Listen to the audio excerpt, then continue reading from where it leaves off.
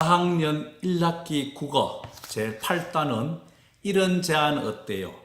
이번에는 단원 개관과 1차시에 대해서 말씀을 드리도록 하겠습니다.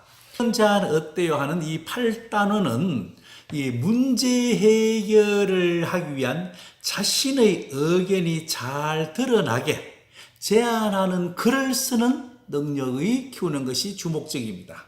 학생들이 이러려면 어떤 사물이나 사태를 볼 때 비판적이거나 창의적인 사고 역량을 키우는 것도 목적이 되겠죠.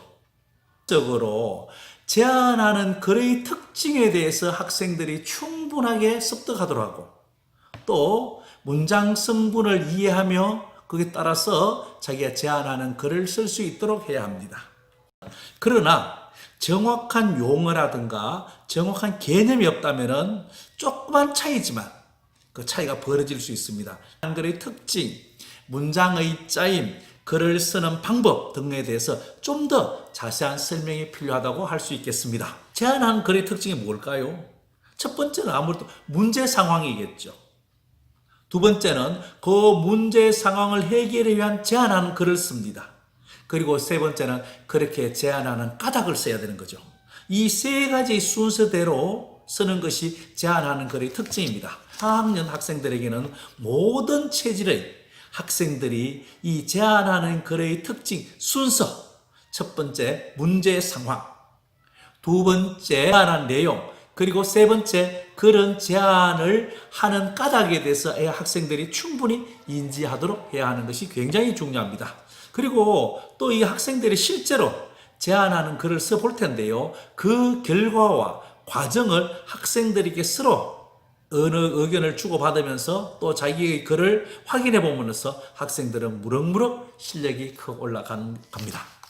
자, 그 다음에는 바로 문장의 짜임인데요. 문장의 짜임은 누가 무엇이 어찌하다 어떠하다 이런 문장으로 되어 있습니다. 이것은 보기에는 간단하게 쉬운 것 같지만 막상 학생들이 그것을 문제를 풀어나갈 때는 어려움을 겪는 경우가 있습니다.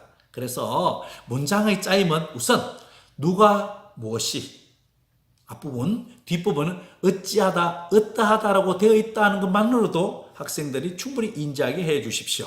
그리고 이 학생들은 문제 해결 방법에 있어서 학생들의 아이디어를 적극적으로 수용하되 알맞은 까닭을 꼭 함께 말하도록 해야 합니다. 그냥 많은 사람들은 제안하는 글이라든가 이런 말할 때 말만 해버려요.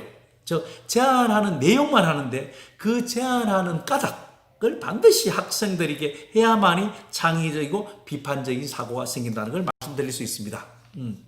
또 이 글을 쓰는 과정에 보면은 이 분절적으로 끊었어 이렇게 이해를 하도록 하지 말고 하나의 글 쓰는 과정으로 자연스럽게 이해하도록 하면은 학생들이 쉽게 접근할 수가 있습니다. 또 많은 학생들이 또 글을 쓸 때 놓치는 것이 있어요. 바로 독자를 고려하지 않는다는 겁니다. 즉, 그 글을 읽는 사람을 고려하지 않는 경우가 상당히 많습니다. 자기 혼자 기분으로만. 학생들이 독자를 생각하면서 그 독자가 읽고 이해할 수 있는 그 독자를 고려해서 알맞은 문장이나 낱말을 사용하는 것이 필요합니다. 그리고 또 의미가 불분명하거나 모호한 문장을 쓰지 않고 확연하게 내용이 드러날 수 있는 낱말이나 문장을 선택하도록 하는 것이 굉장히 중요합니다. 이런 제안 어때의 단원 괴관은 그 정도 말씀드리고 1차 시에서 말씀드리겠습니다. 1차 시는 바로 제안하는 글에 대해서 아는 것입니다. 교과서는 224쪽에서 229쪽인데요. 보면은 듣고 진영에게 있었던 일을 듣고 물음에 답하는 것입니다. 내용은 어렵지 않습니다. 자, 그런데 2차 시에서는 준비학습에서 반드시 제안하는 글의 특성을 알도록 하는 것이 굉장히 중요합니다. 자, 제안하는 글의 특성이 첫 번째 뭡니까? 그렇죠. 첫 번째는 문제 상황. 두 번째는 제안하는 내용. 세 번째는 제안하는 까닭이 드러나도록 해야 되는데요. 이 책에서 보면 이런 것이 있습니다. 보면은 마지막 부분에 이렇게 나와 있거든요. 예. 제안하는 글을 쓸 때에는 무엇 합시다. 무엇 하면 좋겠습니다. 뭐 하면 어떨까요? 같은 표현을 사용하는데 가만히 한번 들어보십시오. 바로 이것은 독자를 고려하는 것입니다. 무엇 합시다는 강한 청유나 명령문 같지 않습니까?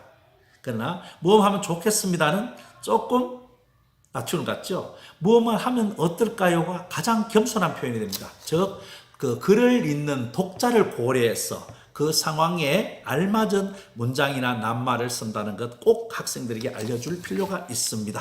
예. 그리고 이 책에서는 꽃밭에 쓰레기를 버리지 않으면 좋겠습니다라고 뭐 하면 좋겠습니다라고 이렇게 이야기를 하고 있습니다.